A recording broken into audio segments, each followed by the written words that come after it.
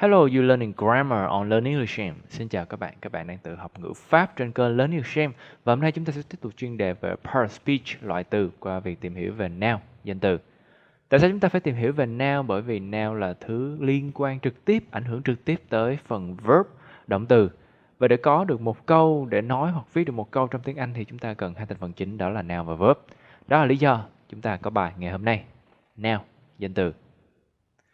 Thứ đầu tiên chúng ta cần phải nhớ về noun, đó là danh từ được chia thành hai loại chính, đó là loại countable hay còn gọi là danh từ đếm được trong tiếng Việt đấy. Và loại thứ hai đó là uncountable hay còn gọi là danh từ không đếm được. Để biết được một danh từ là count hay uncount thì chúng ta chỉ việc dùng từ điển để xem thôi. Cái từ điển mà thầy hay sử dụng nhất đó là từ điển Lawman, nó free và nó có ghi đầy đủ hết. Như ở đây, uncountable, light.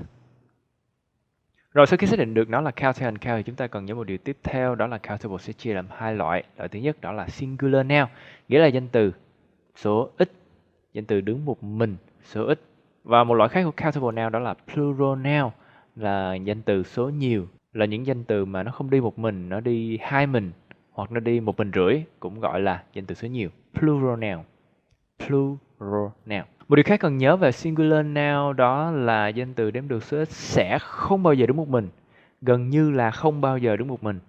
Right, nó không đứng một mình thì nó phải đi với hàng nào này? Nó phải đi với những thằng khác bổ trợ cho nó. Ví dụ như chữ hoặc chữ an. Chữ an dùng cho trường hợp nào đây? Chữ an dùng cho trường hợp A, E, I, O, U nhé. Danh từ bắt đầu bằng E, I, O, U. Và đối với chữ Y thì sẽ đi với chữ an, còn lại sẽ với chữ Và chúng ta sẽ đi với an khi mà danh từ đó không xác định. Nghĩa là khi các bạn nói cái danh từ đó ra, các bạn nghĩ là người nghe sẽ không hiểu, không biết cái danh từ mà bạn đang nói tới thì bạn sẽ dùng an. Còn khi bạn nghĩ là người ta biết tới cái danh từ mà bạn đang đề cập tới thì bạn sẽ dùng chữ the. Còn plural noun, để có được một plural noun danh từ số nhiều thì chúng ta sẽ phải thêm một thứ. Và phía sau của danh từ, thứ đó có thể là as, es, ves hoặc ies, hoặc là nhiều thứ khác nữa. Và để phân biệt giữa chúng nó thì chúng ta sẽ đề cập tới trong một video khác. Còn bây giờ các bạn chỉ cần biết danh từ số nhiều chúng ta sẽ thêm s vào. Ok, có thể nó sao trong một số trường hợp, nhưng mà bây giờ chúng ta đang học về noun dưới góc độ cơ bản mà, thành ra cứ nhớ vậy ha. Danh từ số nhiều sẽ thêm s vào.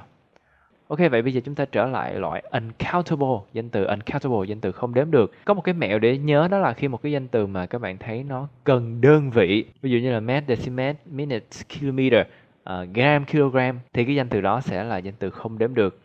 Ví dụ như là water, nước, light, ánh sáng, oil, dầu chẳng hạn. Và loại thứ hai đó là danh từ abstract, nghĩa là danh từ không thấy được, không có định hình vị trí cụ thể. Fire, wind, light, các thứ. Và đó là thứ chúng ta cần nhớ về noun ha. Nó sẽ ảnh hưởng trực tiếp với verb và danh từ. Chúng ta chia nó thành hai loại chính, đó là loại countable đếm được và uncountable không đếm được. Đối với loại countable thì chúng ta cần nhớ là danh từ singular số ít sẽ không bao giờ đứng một mình mà đi với an hoặc the, và danh từ số nhiều plural noun sẽ phải đi phía sau với thằng s hoặc es. Và để phân biệt giữa countable và uncountable thì chúng ta cứ việc suy nghĩ xem danh từ đó có cần đơn vị không, hoặc là nó có hình vị trí cụ thể hay không. Bây giờ chúng ta cùng áp dụng một chút xíu vào thực tiễn để nhớ nó một cách dễ dàng nhé. Bây giờ các bạn cần xác định xem danh từ nó là countable hay uncountable, là singular hay là plural, và nó ảnh hưởng như thế nào với thằng verb nhé. Trước khi làm bài các bạn hãy lưu ý là nếu như danh từ nó là uncountable hoặc singular noun thì verb phải đi với s hoặc es ha. Rồi, hãy đọc ví dụ sau đây. The information in the internet have become very important. Thông tin trên internet thì đã và đang trở nên rất quan trọng. Dịch có vẻ hay, nhìn có vẻ wow, chính xác. Tuy nhiên nếu như các bạn để ý thì các bạn sẽ thấy rằng chữ the information here đó là danh từ không đếm được. Các bạn không thể đếm được thông tin như thế nào đúng không nào? Cho nên các bạn phải sửa nó thành the information in the internet has become very important thì câu này mới đúng. Tiếp tục một ví dụ khác nha. Bây giờ chúng ta thấy là a cat run in a garden. Thì phải sửa lại thôi. A cat runs in the garden, bởi vì a cat là số ít mà. Alright, bây giờ tới cái lỗi thứ hai về danh từ mà chúng ta hay thường mắc, đó là singular noun never stand alone, danh từ số ít đếm được không bao giờ đứng một mình. He walks in park in beautiful morning. Anh ta đi bộ trong công viên trong một buổi sáng đẹp trời. Wow, có vẻ hay, nhìn có vẻ đúng ngữ pháp. Tuy nhiên, nếu như các bạn nhìn kỹ thì part là danh từ số ít đếm được. Morning cũng là danh từ đếm được số ít. Vậy thì nếu cho nó đứng một mình thế này là không ổn rồi, chúng ta phải thêm an hoặc the vào. Thế là chúng ta có câu sau đây. He walks in a park in a beautiful morning. Và câu sai đã được sửa thành câu đúng. Alright, một ví dụ khác phức tạp hơn một chút xíu nha. The growing phenomenon of studying abroad has brought many benefits to students and country. Cái hiện tượng đang ngày một phổ biến về việc đi du học đã mang lại rất nhiều lợi ích cho học sinh và đất nước. Wow, khá là hay đúng không nào các bạn? Nhưng các bạn chú ý kỹ thì thấy chữ student và country là danh từ đếm được số ít. Cho nên không thể cho nó đứng một mình thế này được. Chúng ta phải sửa, chúng ta phải thêm thôi. Cách đơn giản nhất là thêm on the hoặc chúng ta biến thành số nhiều. Thế thì nó có thể đứng một mình rồi.